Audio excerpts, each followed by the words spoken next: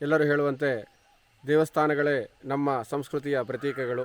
ಹಾಗಾಗಿ ಶೃಂಗೇರಿಯ ಸುತ್ತಮುತ್ತಲಿನಲ್ಲಿರುವಂತಹ ಎಲ್ಲ ದೇವಸ್ಥಾನಗಳನ್ನು ನಿಮಗೆಲ್ಲರಿಗೂ ಸಹ ದರ್ಶನವನ್ನು ಮಾಡಿಸುತ್ತಾ ಅದರ ವಿಶೇಷತೆಗಳು ಹಾಗೂ ಮಹತ್ವವನ್ನು ತಿಳಿಸುವಂತಹ ಪ್ರಯತ್ನವನ್ನು ಇವತ್ತಿನಿಂದ ಮಾಡ್ತಾ ಇದ್ದೇವೆ. ಇವತ್ತು ಗುಬ್ಗೋಡಿನಲ್ಲಿರುವಂತಹ ಗಣಪತಿ ದೇವಸ್ಥಾನದ ಈ ಕಾರ್ಯಕ್ರಮದ ಮೂಲಕ ಈ ಒಂದು ನಮ್ಮೂರ ನ್ಯೂಸ್ ನಮ್ಮೂರ ದೇವಸ್ಥಾನ ಎನ್ನುವಂತಹ ಕಾರ್ಯಕ್ರಮವನ್ನು ಪ್ರಾರಂಭ ಮಾಡ್ತಾ ಇದ್ದೇವೆ. ಎಲ್ಲರೂ ಸಹ ಹೆಚ್ಚಿನ ಸಂಖ್ಯೆಯಲ್ಲಿ ಇದನ್ನು ವೀಕ್ಷಿಸಿ ಪ್ರೋತ್ಸಾಹಿಸಬೇಕು ಅಂತ ಕೇಳ್ಕೊಳ್ತಾ ಇದ್ದೇನೆ.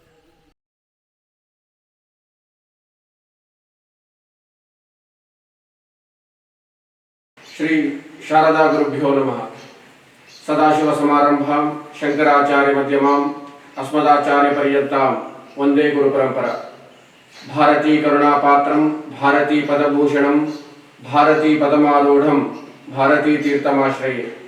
ವಿದ್ಯಾವಿನಯ ಸಂಪನ್ನಂ ವೀತರಾಗಂ ವಿವೇಕಿನಂ ವಂದೇ ವೇದಾಂತ ತತ್ವಜ್ಞಂ ವಿದುಶೇಖರ ಭಾರತಿ. ಆತ್ಮೀಯ ವೀಕ್ಷಕರೇ, ಎಲ್ರಿಗೂ ನಮಸ್ಕಾರ. ನಮ್ಮ ಹೊಸ ಕಾರ್ಯಕ್ರಮ ನಮ್ಮೂರ ಟಿವಿ ನಮ್ಮೂರ ದೇವಸ್ಥಾನಕ್ಕೆ ನಿಮಗೆಲ್ಲರಿಗೂ ಸಹ ಹೃತ್ಪೂರ್ವಕವಾದಂತಹ ಸ್ವಾಗತವನ್ನು ಬಯಸ್ತಾ ಇದ್ದೇನೆ. ಒಂದು ಈ ತಾಲೂಕಿನಲ್ಲಿರುವಂತಹ ಎಲ್ಲ ದೇವಸ್ಥಾನಗಳನ್ನು ನಿಮ್ಮೆಲ್ಲರಿಗೂ ಸಹ ಪರಿಚಯಿಸುವ ಒಂದು ಪ್ರಯತ್ನ. ಮೊದಲನೆಯದಾಗಿ ಪ್ರಥಮ ಪೂಜಿತನಾದಂತಹ ಗಣಪತಿಯ ದರ್ಶನವನ್ನು ನಿಮಗೆಲ್ಲ ಮಾಡಿಸಬೇಕು ಅಂತ ಶೃಂಗೇರಿ ತಾಲೂಕಿನ ಗಂಡಘಟ್ಟ ಗ್ರಾಮದಲ್ಲಿರುವಂತಹ ಗುಬ್ಬಗೋಡು ಶ್ರೀ ಮಹಾಗಣಪತಿ ದೇವಸ್ಥಾನಕ್ಕೆ ಬಂದಿದ್ದೇವೆ. ಒಂದು ಸುಂದರವಾದಂತಹ ವಾತಾವರಣದಲ್ಲಿರುವಂತಹ ಈ ದೇವಸ್ಥಾನ ನೂರಾರು ವರ್ಷಗಳ ಇತಿಹಾಸ. ವಿಶೇಷವಾಗಿ ಪ್ರತಿದಿನವೂ ಸಹ ಪೂಜಾ ಕೈಂಕರ್ಯಗಳು ಇಲ್ಲಿ ನಡೀತಾ ಇದೆ. ಹಾಗೆಯೇ ವಿಶೇಷವಾಗಿ ಇಲ್ಲಿ ರಾಮನವರಾತ್ರಿ ಮಹೋತ್ಸವವನ್ನು ಅತ್ಯಂತ ಭಕ್ತಿ ಶ್ರದ್ಧೆಯಿಂದ ಆಚರಿಸ್ತಾರೆ. ಹಾಗೆ ಕಾರ್ತಿಕ ದೀಪೋತ್ಸವ, ಹಾಗೆ ಅನೇಕ ವಿಧವಾದಂತಹ ಧಾರ್ಮಿಕ ಕಾರ್ಯಕ್ರಮಗಳು ಇಲ್ಲಿ ಯಾವಾಗಲೂ ಸಹ ನಡೀತಾ ಇರುತ್ತೆ. ಹಾಗಾಗಿ ಈ ದೇವಸ್ಥಾನದ ಪರಿಚಯವನ್ನು ಮಾಡಿಕೊಳ್ತಾ ಇಲ್ಲಿ ಇರುವಂತಹ ಇವು ದೇವಸ್ಥಾನದ ಸಮಿತಿಯವರನ್ನು ಮಾತಾಡಿಸೋಣ. ಆತ್ಮೀಯರೇ, ಈ ದೇವಸ್ಥಾನದ ವಿಶೇಷತೆಯನ್ನು ಹಾಗೂ ಹೆಚ್ಚಿನ ಮಹತ್ವಗಳನ್ನು ತಿಳಿದುಕೊಳ್ಳೋಣ. ನಮ್ಮ ಜೊತೆ ಇದ್ದಾರೆ ಶ್ರೀಯುತ ಸುಬ್ರಹ್ಮಣ್ಯ ಜಿ ಎನ್ನವರು, ಶ್ರೀ ಮಹಾಗಣಪತಿ ಸೇವಾ ಸಮಿತಿಯ ಅಧ್ಯಕ್ಷರು. ಇವರ ಹತ್ರ ಈ ಒಂದು ದೇವಸ್ಥಾನದ ಮಹಿಮೆಯ ಬಗ್ಗೆ ಕೇಳ್ಕೊಳ್ಳೋಣ. ನಮಸ್ಕಾರ. ನಮಸ್ಕಾರ. ನಮಸ್ಕಾರ. ಈ ದೇವಸ್ಥಾನದ ಒಂದು ವಿಶೇಷತೆಯನ್ನು ಹೇಳಿ. ಇದು ಸುಮಾರು 300 ವರ್ಷದ ಇತಿಹಾಸ ಇರುವಂಥ ದೇವಸ್ಥಾನ. ಪೂರ್ವಜರಿಂದ ನಿತ್ಯ ಪೂಜೆ ಮುಂತಾದ ಕಾರ್ಯಕ್ರಮಗಳು ನಡ್ಕೊಂಡು ಬರುವಂಥದ್ದು ಇದೆ. ಇದು ನಮ್ಮ ಗುಬ್ಗೋಡು ಕುಟುಂಬದಿಂದ ಈಗ ನಡೆಸ್ತಾ ಬರ್ತಾ ಇದ್ದೀವಿ. ಹಾಗೆ ಇಲ್ಲಿ ನಾವು ರಾಮೋತ್ಸವ, ದೀಪೋತ್ಸವ, ರಾಮೋತ್ಸವ ಅಂದರೆ 9 ದಿನ ಭಜನೆ ಕಾರ್ಯಕ್ರಮ ಇಟ್ಕೊಂಡು ನಡ್ಸ್ಕೊಂಡು ಬರ್ತಾಯಿದ್ವಿ ಹಿಂದಿನಿಂದಲೂ.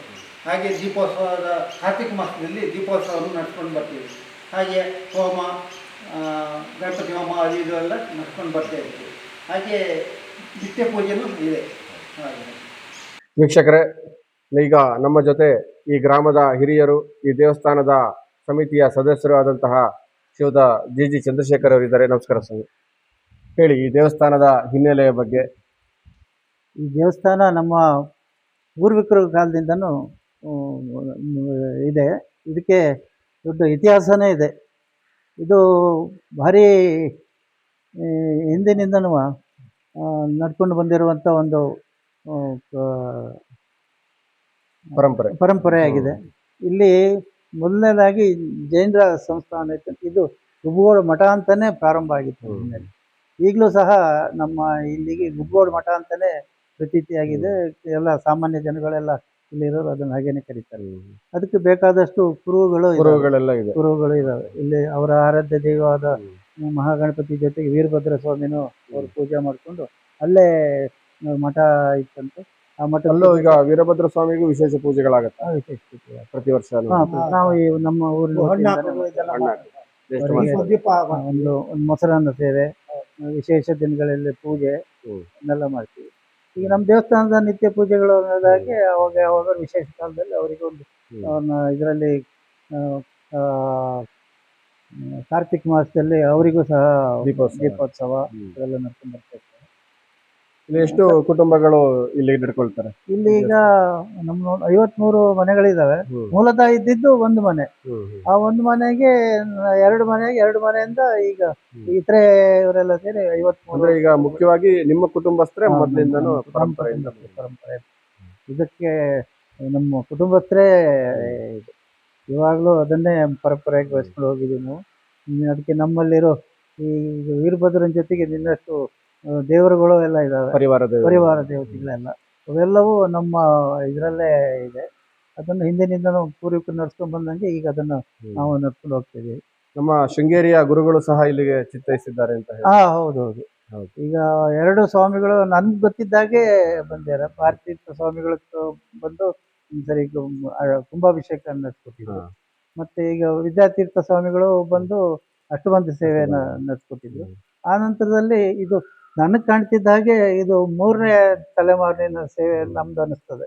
ಯಾಕಂತ ಹೇಳಿದ್ರೆ ಇದು ಫಸ್ಟ್ ಬರೀ ಒಂದು ಮಣ್ಣಿನ ಗೋಡೆ, ಓಡಂಚಿನ ಇದರಲ್ಲಿ ದೇವಸ್ಥಾನ ಆಗಿತ್ತು. ಆ ನಂತರದಲ್ಲಿ ಒಂದು ತಲೆಮಾರಿನ ನಮ್ಮ ಪೂರ್ವಿಕರು ಅದನ್ನ ಮಾರ್ಪಾಟು ಮಾಡಿ ಹಂಚಿನ ದೇವಸ್ಥಾನ, ಹಂಚು ಹಾಕಿ ನಾಡ ಹಂಚಿನ ಹಾಕಿ ದೇವಸ್ಥಾನ ಮಾಡಿದ್ರು. ಈಗ ನಮ್ಮ ಇವತ್ತಿನ ಈ ಕಾಲದಲ್ಲಿ ನಾವೆಲ್ಲ ಸೇರಿ ನಮ್ಮ ಸಮಿತಿ ವತಿಯಿಂದ ಒಂದು RCC ಬಿಲ್ಡಿಂಗ್ ಇದನ್ನ ಮಾಡಿ ದೇವಸ್ಥಾನನ ಪುನರುಚ್ಚರಣ ಮಾಡಿ ಆಮೇಲೆ ಅದಕ್ಕೆ ಕುಂಭಾಭಿಷೇಕ ನಡೆಸ್ಬಿಟ್ಟು ಅವಾಗ ನಮ್ಮ ಸಂಸ್ಥಾನದ ಗೌರಿಶಂಕರ್ ಅವರು ಬಂದು ಮುಖ್ಯ ಅತಿಥಿಗಳಾಗಿ ಅದನ್ನ ನಡೆಸ್ಕೊಟ್ಟಿದ್ರು.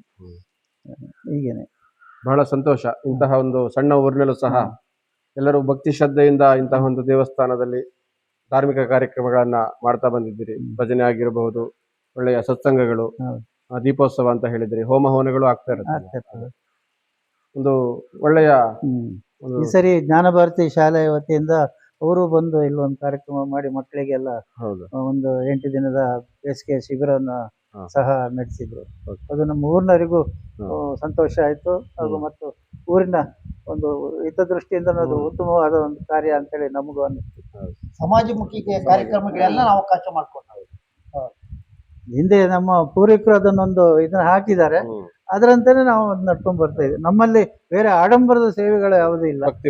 ಭಕ್ತಿ ನಮ್ಮ ಶೃಂಗೇರಿ ಮಠ ಹೇಗೆ ಒಂದು ಸಂಸ್ಕೃತಿ ಮತ್ತು ಇದಕ್ಕೆ ಬೆಲೆ ಕೊಡ್ತದ, ಆ ರೀತಿ ನಾವು ಆ ಪರಂಪರೆನ ಇವಾಗ್ಲೂ ನಾವು ನಡ್ಸ್ಕೊಂಡು ಹೋಗ್ತಾ ಇದ್ದೀವಿ. ನಾವು ಇಂತಿಷ್ಟೇ ಅಂತ ಏನಿಲ್ಲ, ಪೂಜೆಗೆ ಇಂತಿಷ್ಟೇ ಕೊಡ್ಬೇಕು ಹಾಗೇನಿಲ್ಲ. ಭಕ್ತಾದಿ ಎಷ್ಟಾಗ್ತದೆ ಅಷ್ಟು. ಈ ಪೂಜೆಗೆ ಇಂತಿಷ್ಟು ಆತರ ಏನಿಲ್ಲ. ಬಹಳ ಸಂತೋಷ.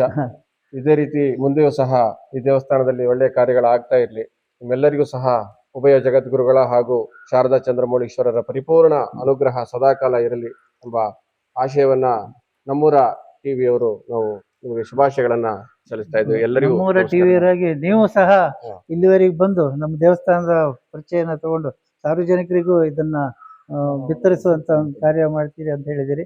ಅದು ನಮಗೆ ಸಂತೋಷವನ್ನ ಉಂಟು ಮಾಡಿದೆ. ಈ ಕಾರ್ಯಕ್ರಮಕ್ಕೆ ಯಶಸ್ಸು ಸಿಗಲಿ. ಹೌದು, ಇನ್ನೂ ಚೆನ್ನಾಗಿ ನೀವು ನಿರೀಕ್ಷೆ ಮಾಡಿದ್ಕಿಂತ ಚೆನ್ನಾಗಿ ನಡೆಸ್ಕೊಡ್ಲಿ ಅಂತೇಳಿ ನಾವು ಎಲ್ಲ ಊರಿನ ಪರವಾಗಿ ನಾವು ಕೇಳ್ತಾ ಇದ್ದೀವಿ.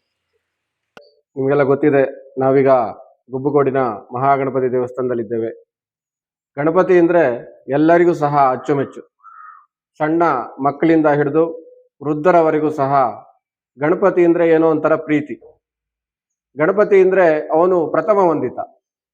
ನಮ್ಮದು ಏನೇ ಕೆಲಸ ಆಗ್ಬೇಕಾದ್ರು, ಏನೇ ವ್ಯವಹಾರ ಇರ್ಬೋದು, ಏನೇ ಕಾರ್ಯಕ್ರಮಗಳಿದ್ರು ಸಹ ಆ ಗಣಪತಿನ ಪೂಜೆ ಮಾಡ್ತೇವೆ, ಅವನಿಗೆ ಕೈ ಮುಗಿತೇವೆ, ಅವನಲ್ಲಿ ಕೆಲಸಗಳೆಲ್ಲವೂ ಚೆನ್ನಾಗಾಗ್ಲಪ್ಪ ಅಂತ ಪ್ರಾರ್ಥನೆ ಮಾಡ್ಕೊಳ್ತೇವೆ. ದೇವರು ಅಂದ್ರೆ ನಾವು ಏನು ಕೇಳ್ತೀವೋ ಭಕ್ತಿಯಿಂದ ಏನೇ ಕೇಳಿದ್ರು ಸಹ ಅವನು ಕೊಟ್ಬಿಡ್ತಾನಂತೆ. ಹಾಗಾಗಿ ಅವನಲ್ಲಿ ನಾವು ಭಕ್ತಿಯನ್ನ ಮಾಡಬೇಕು ಅಂತ ಎಲ್ಲ ಶಾಸ್ತ್ರಗಳು ಹೇಳುವಂಥದ್ದು. ಉಪನಿಷತ್ತಾಗಿರಬಹುದು, ಭಗವದ್ಗೀತೆ, ಭಾಗವತ, ನೀವು ಯಾವುದೇ ಪುರಾಣಗಳನ್ನು ತೆಗೆದುಕೊಂಡ್ರೂ ಸಹ ಭಗವಂತನಿಗೆ ಬೇಕಾದದ್ದು ನಮ್ಮಲ್ಲಿನ ಪರಿಶುದ್ಧವಾದ ಭಕ್ತಿ. ಏಕೆಂದ್ರೆ ಬೇರೆ ಎಲ್ಲ ವಸ್ತುಗಳು ಸಹ ಅವನದ್ದೇ. ಇಡೀ ಜಗತ್ತಿನ ಸೃಷ್ಟಿಕರ್ತನೇ ಅವನು. ಹಾಗಾಗಿ ಅವನಲ್ಲಿ ಇಲ್ಲದೆ ಇರುವಂತಹ ವಸ್ತು ಯಾವುದು ಅಂದ್ರೆ ಅದು ಭಕ್ತಿ ಮಾತ್ರ. ಭಕ್ತಿ ಇದ್ರೆ ಕೊಡಿ, ಭಕ್ತಿ ಇದ್ರೆ ಕೊಡಿ ಅಂತ ಎಲ್ಲರನ್ನು ಕೇಳ್ತಾನಂತೆ. ಹಾಗಾಗಿ ನಾವು ಯಾವುದೇ ದೇವಸ್ಥಾನಗಳಿಗೆ ಬರಬೇಕಾದ್ರೆ, ಯಾವುದೇ ಪೂಜೆ, ಹೋಮ ಹವನಗಳು, ಪಾರಾಯಣಗಳಾಗಬೇಕಾದ್ರೆ ಭಕ್ತಿಯಿಂದ ಅವನನ್ನ ಸ್ಮರಣೆ ಮಾಡಬೇಕು, ಅವನ ಸ್ತೋತ್ರವನ್ನ ಮಾಡಬೇಕು. ಅದರಿಂದ ಅವನು ಪ್ರೀತನಾಗಿ ನಮಗೇನು ಬೇಕೋ ಅದನ್ನು ಕೊಡ್ತಾನೆ. ಹಾಗಾಗಿ ಆ ಭಕ್ತಿಗೆ ಹೆಚ್ಚಿನ ಮಹತ್ವವನ್ನು ಕೊಟ್ಟಿದ್ದಾರೆ. ಭಗವದ್ಗೀತೆಯಲ್ಲಿ ಕೃಷ್ಣನು ಸಹ ಅದನ್ನು ಹೇಳಿದ್ದಾನೆ, ನಮೇ ಭಕ್ತ ಪ್ರಣಶ್ಯತಿ ಕೌಂತೆಯ ಪ್ರತಿಜಾನೇಹಿ ಅಂತ. ನನ್ನ ಭಕ್ತ ಯಾವತ್ತೂ ಕೂಡ ನಾಶವಾಗುವುದಿಲ್ಲ. ಯಾರು ನನ್ನನ್ನು ಅನನ್ಯವಾಗಿ ಚಿಂತನೆಯನ್ನ ಮಾಡ್ತಾರೋ, ಭಗವಂತ ನಿನ್ನ ಬಿಟ್ರೆ ನನಗೆ ಯಾರಿದ್ದಾರಪ್ಪ, ಅನ್ಯತಾ ಶರಣಂ ನಾಸ್ತಿ ತ್ವಮೇವ ಶರಣಂ ಮಮ, ನೀನೇ ತಾಯಿ, ನೀನೇ ತಂದೆ, ತ್ವಮೇವ ಮಾತಾ ಚ ಪಿತಾ ತ್ವಮೇವ, ತ್ವಮೇವ ಬಂಧುಶ್ಚ ಸಖಾ ತ್ವಮೇವ, ತ್ವಮೇವ ಸರ್ವಂ ಮಮ ದೇವ ದೇವ ಅಂತ ಹೇಳಿದ ಹಾಗೆ ಆ ಭಗವಂತನನ್ನ ಅನನ್ಯವಾಗಿ ಚಿಂತನೆಯನ್ನು ಮಾಡಿದಾಗ ಅವನು ಖಂಡಿತವಾಗಿಯೂ ಸಹ ನಮ್ಮ ರಕ್ಷಣೆಯನ್ನು ಮಾಡ್ತಾನೆ. ಹುಟ್ಟಿಸಿದ ತಂದೆ ತಾ ಹೊಣೆಗಾರನಾಗಿರಲು ಗಟ್ಟಿಯಾಗಿ ಸಲಹುವನು, ಇದಕ್ಕೆ ಸಂಶಯವಿಲ್ಲ ಅಂತ ಹೇಳಿದ ಹಾಗೆ ಆ ಭಗವಂತನಲ್ಲಿ ದೃಢವಾದಂತಹ ನಂಬಿಕೆ ಇರಬೇಕು, ಅಚಲವಾದಂತಹ ಶ್ರದ್ಧೆ ಇರಬೇಕು. ಆಗ ಭಗವಂತನ ಅನುಗ್ರಹ ನಿಶ್ಚಿತವಾಗಿ ಆಗತ್ತೆ. ಹಾಗಾದ್ರೆ ಕೇವಲ ನಾವು ಮಾಡುವಂತಹ ಪೂಜೆ ಆಗಿರಬಹುದು, ಅಭಿಷೇಕ ಆಗಿರಬಹುದು, ಹೋಮ ಹವನಗಳಾಗಿರಬಹುದು, ಅದರಿಂದ ಮಾತ್ರ ಭಗವಂತ ಪ್ರೀತನಾಗ್ತಾನ ಕೇಳಿದ್ರೆ ಖಂಡಿತ ಇಲ್ಲ. ಅವನು ನಮ್ಮ ಮನಸ್ಸನ್ನ ನೋಡ್ತಾನೆ, ನಮ್ಮ ಗುಣಗಳನ್ನ ನೋಡ್ತಾನೆ. ನಾವು ಯಾವ ರೀತಿಯಾಗಿ ಲೋಕದಲ್ಲಿ ವ್ಯವಹಾರವನ್ನ ಮಾಡ್ತೇವೆ, ಯಾವ ರೀತಿಯಾಗಿ ಯೋಚನೆಗಳನ್ನು ಮಾಡ್ತೇವೆ, ಯಾವ ರೀತಿಯಾದಂತಹ ಮಾತುಗಳನ್ನು ಆಡ್ತೇವೆ, ನಮ್ಮ ಕಾರ್ಯವೈಖರಿ ಹೇಗೆ, ಅದನ್ನ ನೋಡಿ ಭಗವಂತ ನಮ್ಮೆಲ್ಲರನ್ನೂ ಸಹ ರಕ್ಷಣೆ ಮಾಡ್ತಾನೆ. ಅದನ್ನೇ ಬಹಳ ಸುಂದರವಾಗಿ ಒಂದು ಸಂದರ್ಭದಲ್ಲಿ ಅರ್ಜುನ ಕೇಳ್ತಾನಂತೆ, ನಿನಗೆ ನಾನು ಹೂಗಳನ್ನ ಅರ್ಪಣೆ ಮಾಡಬೇಕು ಅಂತ ಇದ್ದೇನೆ, ಯಾವ ಹೂಗಳನ್ನ ನಿನಗೆ ಕೊಡ್ಲಿ ಅಂತ. ಆಗ ಕೃಷ್ಣ ಹೇಳ್ತಾನೆ, ಇಡೀ ಜಗತ್ತಿನ ಸೃಷ್ಟಿಕರ್ತನೇ ನಾನು, ಈ ಜಗತ್ತಿನಲ್ಲಿರುವಂತಹ ಎಲ್ಲ ಹೂವುಗಳು ಸಹ ನನ್ನ ಸೃಷ್ಟಿ, ಆ ಹೂಗಳನ್ನೇ ನನಗೆ ಕೊಡ್ತೀಯಾ ಅಂತ ಕೇಳಿದಾಗ, ನೀನು ಯಾವ ಹೂ ಕೇಳಿದ್ರು ಕೊಡ್ತೀನಪ್ಪ ಅಂತ ಹೇಳಿದಾಗ ಕೃಷ್ಣ ಹೇಳ್ತಾನಂತೆ, ನಾನು 8 ಹೂಗಳನ್ನ ಕೇಳ್ತೇನೆ, ಅಷ್ಟಪುಷ್ಪಗಳು, ಅದನ್ನ ನೀನು ಕೊಡ್ತೀಯಾ? ಯಾವುದಪ್ಪ? ಅಹಿಂಸಾ ಪ್ರಥಮಂ ಪುಷ್ಪಂ, ಪುಷ್ಪಂ ಇಂದ್ರಿಯ ನಿಗ್ರಹಂ, ಸರ್ವಭೂತ ದಯಾ ಪುಷ್ಪಂ, ಕ್ಷಮಾ ಪುಷ್ಪಂ ವಿಶೇಷತಃ, ದಾನ ಪುಷ್ಪಂ, ತ್ಯಾಗ ಪುಷ್ಪಂ, ಶಾಂತಿ ಪುಷ್ಪಂ, ತಥೈವ ಚ ಸತ್ಯಂ ಅಷ್ಟಮಿದಂ ಪುಷ್ಪಂ. ಅಂದ್ರೆ ಈ ಮಾನವೀಯ ಮೌಲ್ಯಗಳೇನಿದೆ, ಮಹಾಭಾರತ ಆಗಿರಬಹುದು, ರಾಮಾಯಣ ಆಗಿರಬಹುದು, ನಮಗೆಲ್ಲ ಸ್ಪಷ್ಟವಾಗಿ ಹೇಳಿದ್ದಾನೆ ಒಬ್ಬ ಮನುಷ್ಯ ಹೇಗೆ ಬದುಕಬೇಕು. ಧಾರಣಾತ್ ಧರ್ಮ ಇತ್ಯಾವುಹು, ಧರ್ಮೋ ಧಾರಯತೆ ಪ್ರಜಃ, ಧರ್ಮ ಏವೋ ಹತೋಹಂತಿ, ಧರ್ಮೋ ರಕ್ಷತಿ ರಕ್ಷಿತಃ ಅಂತ ಬಹಳ ಸ್ಪಷ್ಟವಾಗಿ ನಮಗೆಲ್ಲರಿಗೂ ಒಂದು ಸಂದೇಶವನ್ನ ಕೊಟ್ಟಿದ್ದಾರೆ. ಧರ್ಮದಿಂದಲೇ ನಮ್ಮ ಬದುಕಿರಬೇಕು. ಧರ್ಮ ಅಂದ್ರೆ ಮತ್ತೇನಿಲ್ಲ, ನಾವು ಬದುಕುವ ರೀತಿ, ಎಷ್ಟು ಒಂದು ನಮ್ಮ ಜೀವನದಲ್ಲಿ ಆ ಒಳ್ಳೆಯ ಗುಣಗಳನ್ನ, ಸನ್ನಡತೆಗಳನ್ನ, ಉತ್ತಮವಾದಂತಹ ವಿಚಾರಗಳನ್ನ ಇಟ್ಟುಕೊಂಡು ನಾವು ಬದುಕ್ತೇವೋ, ಭಗವಂತ ನೀನು ಪ್ರೀತನಾಗು, ಕುರ್ವತೆ ಕರ್ಮ ಯತ್ ಪ್ರೀತಯೇ ಸಜ್ಜನಾಹ ಅಂತ ಹೇಳುವ ಹಾಗೆ ಆ ಮೌಲ್ಯಗಳನ್ನ ಬೆಳೆಸಿಕೊಂಡು ಅದನ್ನು ಅವನಿಗೆ ಸಮರ್ಪಣೆ ಮಾಡಿದಾಗ ಖಂಡಿತವಾಗಿಯೂ ಅವನ ಅನುಗ್ರಹವಾಗುತ್ತೆ. ಧರ್ಮೋ ರಕ್ಷತಿ ರಕ್ಷಿತಃ, ಧರ್ಮದ ಆಚರಣೆಯೇ ಧರ್ಮದ ರಕ್ಷಣೆ. ನಾವು ಮಾಡುವಂತಹ ಎಲ್ಲ ಕಾರ್ಯಗಳು ಭಗವಂತನ ಪೂಜೆ ಆಗ್ಬೇಕು. ನಾವು ಏನ್ ಮಾಡೋಕ್ಕಾಗತ್ತಪ್ಪ, ಭಗವಂತನಲ್ಲಿ ಹೋಗಿ ಇದನ್ನ ಕೇಳ್ಬೇಕಂತ, ನಾನು ಹೆಚ್ಚಿಗೆಯನ್ನು ನಿನಗೆ ಪೂಜೆ ಮಾಡ್ಲಿಕ್ಕೆ ಆಗೋದಿಲ್ಲ, ನಾನೇನು ಶಾಸ್ತ್ರ ಓದಿಲ್ಲ, ಹಾಗಾಗಿ ನಾನು ಏನು ಮಾಡ್ತೀನೋ, ಏನೇನು ಕಾರ್ಯಗಳನ್ನ ನನ್ನ ಜೀವನದ ಸಲುವಾಗಿ, ವ್ಯವಹಾರಗಳ ಸಲುವಾಗಿ ಏನೇನು ಕಾರ್ಯಗಳನ್ನ ಮಾಡ್ತೀನೋ ಅದನ್ನೇ ನಿನ್ನ ಪೂಜೆ ಅಂತ ತಿಳ್ಕೊಳಪ್ಪ. ನಾನು ಮಾತನಾಡೋದೆಲ್ಲ ನಿನ್ನ ಸ್ತೋತ್ರ ಆಗ್ಲಿ, ನಾನು ನಡೆಯೋದೇ ನಿನ್ನ ಪ್ರದಕ್ಷಿಣೆ ಆಗ್ಲಿ, ಪರಿಪರಿ ಕೆಲಸವು ನಿನ್ನ ಮಹಾಪೂಜೆ, ನೀನೇ ನನ್ನೊಳಗಿದ್ದು ಎಲ್ಲವನ್ನೂ ಮಾಡ್ತಾ ಇದ್ದೀಯ. ಏಕೆಂದ್ರೆ ಸ್ವತಂತ್ರನಾಗಿ ನಾನು ಏನು ಮಾಡ್ಲಿಕ್ಕೆ ಸಾಧ್ಯವಿಲ್ಲ, ನನ್ನೊಳಗೆ ನಿಂತು ನೀನೇ ಎಲ್ಲ ಕಾರ್ಯಗಳನ್ನ ಮಾಡ್ತಾ ಇದ್ದೀಯಾ ಅಂದ ಮೇಲೆ ನಾನು ಏನು ಮಾಡ್ಲಿಕ್ಕೆ ಸಾಧ್ಯ? ಹಾಗಾಗಿ ಆ ಅಹಂಕಾರ ಮಮಕಾರಗಳನ್ನ ಬಿಟ್ಟು, ನಾನು ನನ್ನಿಂದಲೇ ಎನ್ನುವಂತಹ ಅಹಂಕಾರ, ಅವರು ನನ್ನವರು ಇವರು ನನ್ನವರು ಎನ್ನುವಂತಹ ಮಮಕಾರ, ಇದನ್ನೇ ಶಂಕರಾಚಾರ್ಯರು ಬಹಳ ಒತ್ತು ಕೊಟ್ಟು ಹೇಳ್ತಾರೆ. ಮಾತಾ ನಾಸ್ತಿ ಪಿತಾ ನಾಸ್ತಿ, ನಾಸ್ತಿ ಬಂಧು ಸಹೋದರ, ಅರ್ಥೋ ನಾಸ್ತಿ ಗೃಹಂ ನಾಸ್ತಿ, ತಸ್ಮಾತ್ ಜಾಗ್ರತ ಜಾಗ್ರತ. ಈ ಒಂದು ಜೀವನದ ಒಂದು ಚಕ್ರಕ್ಕೆ ನಾವು ಸಿಲುಕಿದ್ದೇವೆ.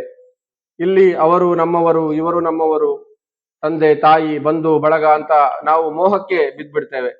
ಆದ್ರೆ ಅದ್ಯಾವುದು ಕೂಡ ಶಾಶ್ವತವಲ್ಲ.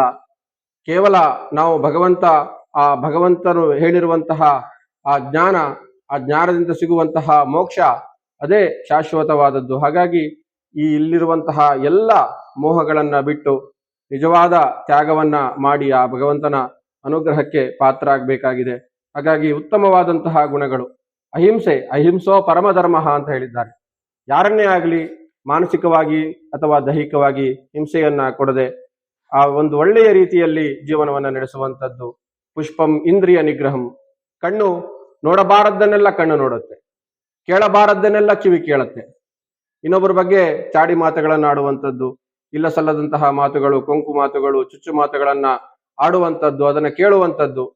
ಏಕೆಂದ್ರೆ ದೇವರು ನಮಗೆ ಕಣ್ಣನ್ನು ಕೊಟ್ಟಿರುವುದು ಒಳ್ಳೆಯ ವಿಚಾರಗಳನ್ನು ನೋಡಿ, ದೇವರ ದರ್ಶನವನ್ನ ಮಾಡಿ, ಗುರುಗಳ ದರ್ಶನವನ್ನ ಮಾಡಿ, ಉತ್ತಮವಾದಂತಹ ಪುಸ್ತಕಗಳನ್ನ ಓದಿ, ಉತ್ತಮವಾದಂತಹ ಜೀವನವನ್ನು ನಡೆಸಲು ಕಣ್ಣುಗಳನ್ನ ಕೊಟ್ಟಿರುವುದು, ಭಗವಂತನ ಕಥೆಯನ್ನು ಕೇಳಲು ಕಿವಿಗಳನ್ನ ಕೊಟ್ಟಿರುವುದು. ಹಾಗಾಗಿ ಆ ಉತ್ತಮವಾದಂತಹ ಜ್ಞಾನೇಂದ್ರಿಯಗಳು, ಏನು ಪಂಚೇಂದ್ರಿಯಗಳು, ಕರ್ಮೇಂದ್ರಿಯಗಳು ಅಂತ ಹೇಳ್ತಾರೆ, ಅದರಲ್ಲೆಲ್ಲ ಸಹ ಉತ್ತಮವಾದಂತಹ ಕಾರ್ಯಗಳನ್ನ ಮಾಡಬೇಕಾಗತ್ತೆ. ಕಾಯ ವಾಚ ಮನಸ ನಾವು ಪರಿಶುದ್ಧರಾಗಿದ್ದುಕೊಂಡು ಧರ್ಮ ಏನು ಹೇಳುತ್ತೆ, ಶಾಸ್ತ್ರಗಳು ಏನು ಹೇಳ್ತವೆ, ಅದನ್ನ ಜೀವನದಲ್ಲಿ ಅಳವಡಿಸಿಕೊಂಡು ಮುನ್ನಡೆಯಬೇಕಾಗಿದೆ. ಹಾಗಾಗಿ ಅಹಿಂಸಾ ಪ್ರಥಮಂ ಪುಷ್ಪಂ, ಪುಷ್ಪಂ ಇಂದ್ರಿಯ ನಿಗ್ರಹಂ, ಸರ್ವಭೂತ ದಯಾ ಪುಷ್ಪಂ, ಕ್ಷಮಾ ಪುಷ್ಪಂ ವಿಶೇಷತಃ, ತ್ಯಾಗ ಪುಷ್ಪಂ, ಶಾಂತಿ ಪುಷ್ಪಂ, ತಥೈವ ಚ ಸತ್ಯಂ ಅಷ್ಟಮಿದಂ ಪುಷ್ಪಂ. ಈ ರೀತಿ ಹೇಳ್ತಾ ಹೋಗಿ ಎಲ್ಲ ಗುಣಗಳೇ ನಾವು ಜೀವನದಲ್ಲಿ ಅಳವಡಿಸಬೇಕಾದಂತಹ ಸದ್ಗುಣಗಳು. ಹಾಗಾಗಿ ಈ ಎಲ್ಲ ಗುಣಗಳನ್ನ ನಾವು ಪುಷ್ಪಗಳಾಗಿ ಭಗವಂತನಿಗೆ ಅರ್ಪಿಸಿದಾಗ, ಅದರೊಂದಿಗೆ ಭಕ್ತಿ ಹಾಗೂ ಶ್ರದ್ಧೆ ಮೇಳೈಸಿದಾಗ ಖಂಡಿತವಾಗಿಯೂ ಸಹ ಭಗವಂತನ ಅನುಗ್ರಹವಾಗುತ್ತೆ. ಕೇವಲ ನಾವು ಲಕ್ಷಗಟ್ಟಲೆ ಖರ್ಚು ಮಾಡಿ ಹೋಮ ಹವನಗಳನ್ನ ಮಾಡುವುದು, ಪೂಜೆ ಪುನಸ್ಕಾರಗಳನ್ನ ಮಾಡುವುದು, ಈ ರೀತಿಯಾಗಿ ಮಾಡಬೇಕು, ಅದು ಸಹ ಒಂದು ಕ್ರಮ. ಆದರೆ ಅದರಿಂದಲೇ ದೇವರು ಪ್ರೀತನಾಗ್ತಾನೆ ಅನ್ನೋದು ಸುಳ್ಳು. ಅದರೊಟ್ಟಿಗೆ ಉತ್ತಮವಾದಂತಹ ಜೀವನ ಮೌಲ್ಯಗಳನ್ನ, ಆದರ್ಶಗಳನ್ನ, ತತ್ವಗಳನ್ನ ಬೆಳೆಸಿಕೊಂಡು ಸಮಾಜದಲ್ಲಿ ಉತ್ತಮವಾದಂತಹ ನಾಗರಿಕರಾಗಿ, ಸಜ್ಜನ ವ್ಯಕ್ತಿಗಳಾಗಿ ನಾವು ಜೀವನದಲ್ಲಿ ಮುನ್ನಡೆದಾಗ ಆ ಭಗವಂತನ ಗುರುಗಳ ಅನುಗ್ರಹ ಖಂಡಿತವಾಗಿಯೂ ಆಗುತ್ತದೆ ಅನ್ನುವಂತಹ ಮಾತನ್ನ ಹೇಳ್ತಾ ಎಲ್ಲರಿಗೂ ಮತ್ತೊಮ್ಮೆ ನಮಸ್ಕಾರಗಳನ್ನ ತಿಳಿಸ್ತಾ ಇವತ್ತಿನ ಈ ನಮ್ಮೂರ ಟಿವಿ ನಮ್ಮೂರ ದೇವಸ್ಥಾನ ಕಾರ್ಯಕ್ರಮವನ್ನ ಮುಗಿಸ್ತಾ ಇದ್ದೇನೆ. ಮುಂದಿನ ಬಾರಿ ಇನ್ನೊಂದು ದೇವಸ್ಥಾನವನ್ನ ಭೇಟಿ ಮಾಡೋಣ, ಅಲ್ಲಿಯ ವಿಶೇಷಗಳ ಬಗ್ಗೆ ತಿಳಿದುಕೊಳ್ಳೋಣ ಅಂತ ಹೇಳ್ತಾ ಎಲ್ಲರಿಗೂ ನಮಸ್ಕಾರ.